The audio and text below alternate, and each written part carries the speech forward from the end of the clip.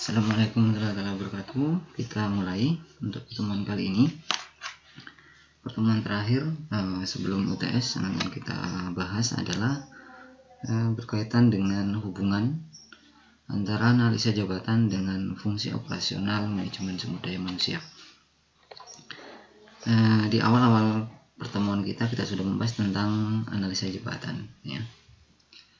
Analisa jabatan adalah informasi tentang tanggung jawab, tugas, kewajiban, persyaratan yang harus dimiliki dan lain-lain dari jabatan yang dimaksud. Kemudian setelah analisa jabatan itu ada deskripsi, deskripsi jabatan atau job description. Itu berkaitan dengan tugas pokok dan fungsi serta tanggung jawab dari pekerjaan tertentu. Nah, setiap pekerjaan nanti ada nilai jabatan, ya. Nilai jabatan, ada standar prestasi, ada syarat jabatan. Nah, teks yang berwarna merah, ini adalah analisa jabatan, ya, kelompok dari analisa jabatan.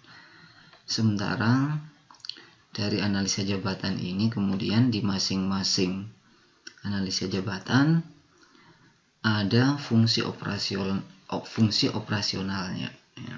Misalnya syarat jabatan itu berkaitan dengan perencanaan, penarikan, seleksi, pembekalan, dan penempatan. Artinya ketika berbicara tentang seleksi, misalnya penerimaan karyawan, maka domainnya adalah berkaitan dengan syarat jabatan.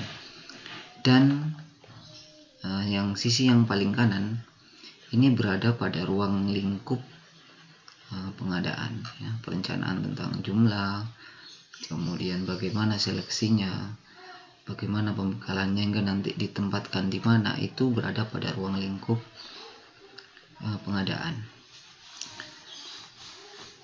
Standar prestasi berada pada ruang lingkup pengembangan. Apa yang dibahas dalam standar prestasi?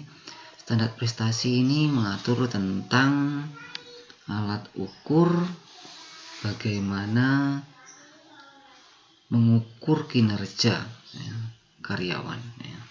Jadi ada alat ukurnya, standar prestasinya. Kalau sebelumnya sudah dicontohkan bagaimana untuk mengukur kinerja rekan Anda misalnya. Di situ ada syarat-syaratnya. Standar prestasi ini digunakan untuk penilaian. Penilaian apa? Penilaian terhadap karir, ya. Penilaian terhadap karir. Apakah nanti akan dilakukan promosi, demosi, atau mutasi misalnya. Itu penilaian, membutuhkan penilaian yang berkaitan dengan karir. Penilaian juga berkaitan dengan digunakan untuk mengukur prestasi. Penilaian juga digunakan untuk pelatihan dan pengembangan. Jika hasil dari penilaian dirasa bahwa karyawan belum optimal misalnya, maka itu dijadikan dasar untuk dilakukannya pelatihan atau pengembangan terhadap karyawan. Nah, area yang tengah ini berada pada ruang lingkup pengembangan, ya.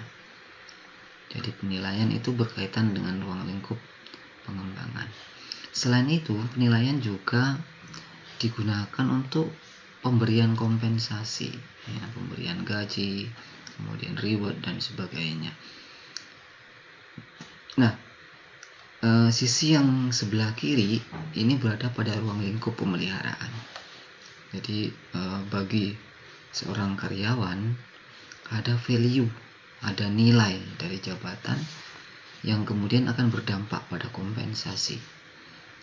Ini di sisi karyawan bahwa yang dia manfaat yang dia berikan terhadap perusahaan itu adalah alat ukur untuk mendapatkan kompensasi. Sekaligus kompensasi itu juga berdasarkan hasil penilaian pada ruang lingkup pengembangan. Secara keseluruhan, slide ini menggambarkan tentang ruang lingkup dari manajemen sumber daya manusia. Sehingga kalau Anda bisa memahami ini secara utuh, berarti secara global Anda sudah memahami tentang manajemen sumber daya manusia.